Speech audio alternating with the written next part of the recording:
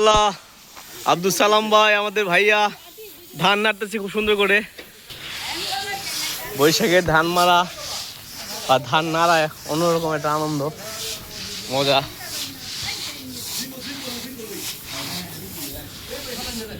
এই যে ধানের বস্তা নিয়ে নিছে দোলা ভাই, অলরেডি শুরু হয়ে গেছে সকালের কর্মযজ্ঞ।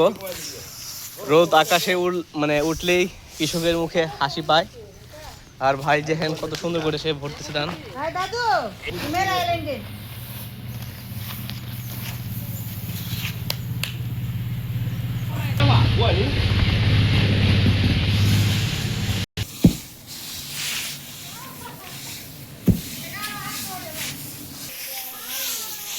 আমার শালা বাবু আসছে কুড়া কিনার লেগা।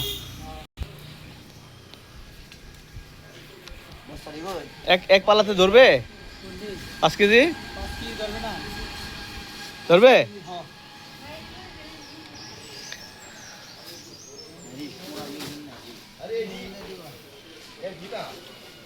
কুড়া কত টাকা কেজি মন এখন ভাই চলতেছে? 400-350 মাশাআল্লাহ। এটা তোমরা কুড়া কি কার খাওয়াবা? গরুরে খাওয়াবা মাশাআল্লাহ।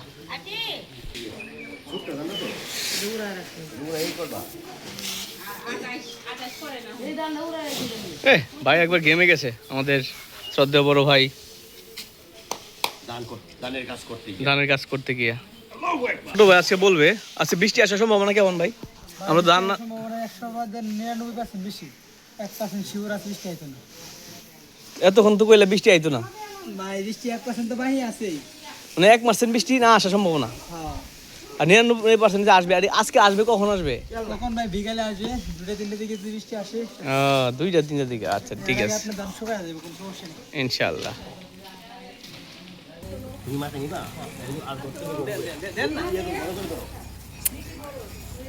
মামি আপনার সামনে আছেন, আমি কিছু করতে পারবো না।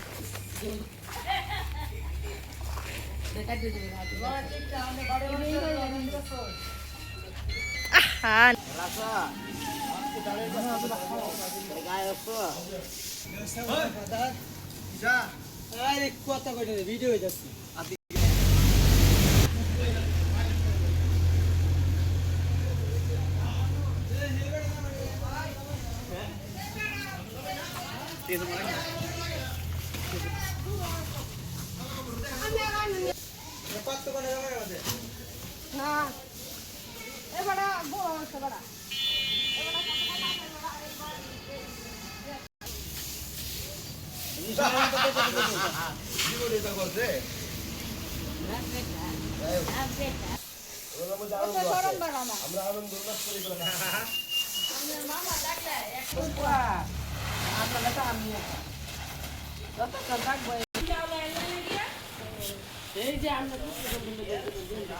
এই যে আমার পুত্র ধন, আমরা কাজ করি আর সে এটা করে।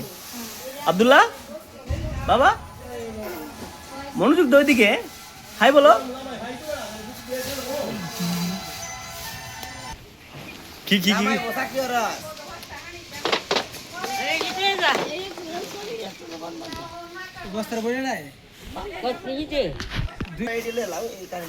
শ্বশুরবাড়ি আপনার গরু কয়টা আছে? 3টা।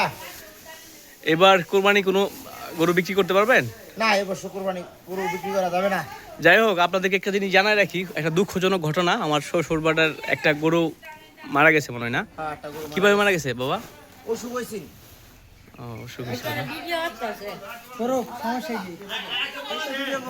আচ্ছা শুনো, আমার ছোট ভাই আছে, ধান থেকে বাই প্রোডাক্ট বল, ধান থেকে আর কি কি হয় এমনিতে? ধান থেকে আপনার চাল হইলো, এমনিতে পুরা বড় 3 ধরনের উপরে আমরা ধান দিই। দেন কৃষক তাহলে কত ভাবে আল্লাহর রহমতে একটা ধান থেকে কত কিছু হইতেছে না? একটা ধান থেকে মানে মানুষের বিভিন্ন আপনার প্রাণীর মানে রিজিকের ব্যবস্থা হচ্ছে, গরুর থেকে শুরু করে গরু ছাগল সবকিছু। মুরগি সবগুলা রিজিক। তো এবার তোমরা কয় কাঠা জমি করছো আর কয় কাঠা উত্তোলন করতে পারছো?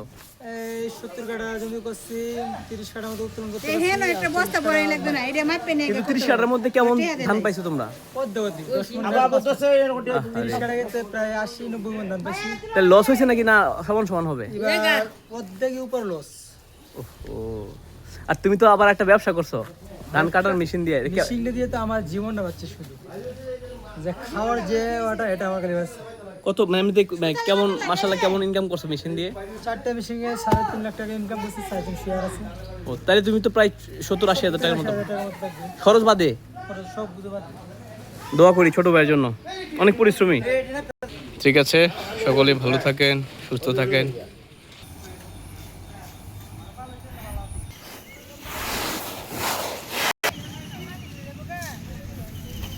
এখানে আরেকটা ত্রিপল বসানো হবে।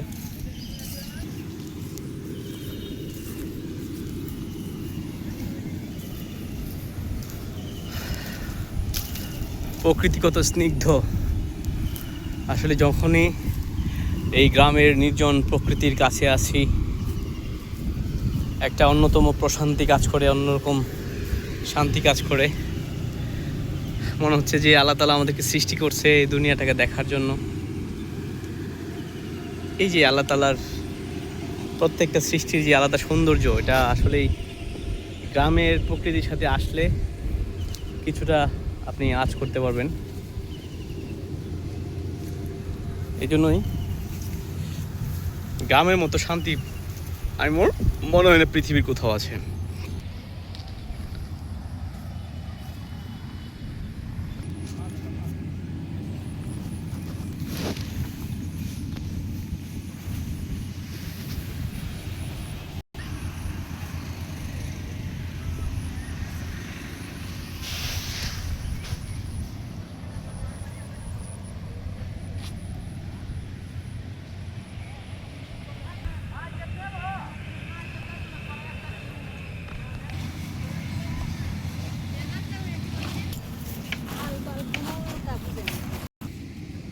একটু বসলাম বিশ্রামের জন্য।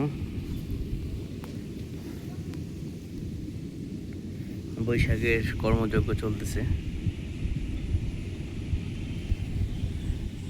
গ্রামে আসলে বৈশাখ মানে হচ্ছে কৃষকের মুখে হাসি, কিষানের মুখে হাসি। যদি অনেক পরিশ্রম করতে হয়, অনেক খাটতে হয়, তারপরও ধানের গন্ধ তাদেরকে মুগ্ধ করে। এটা আলাদা একটা নেশা, কাজের নেশা। এটা আসলে বলে প্রকাশ করার মতো না। আসলে এই মুহূর্তগুলো বা এই সময়গুলো আসলে কৃষকরা বা কিষানীরা নিজেদেরকে ব্যস্ত রাখতেই বেশ সবচেয়ে বেশি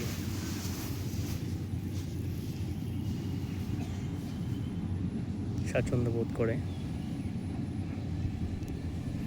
চারটা বাড়িতে আসছি, আমাদের আত্মীয়র বাড়ি, ওখান থেকে এই বাড়িতে ধান শুকানো হবে।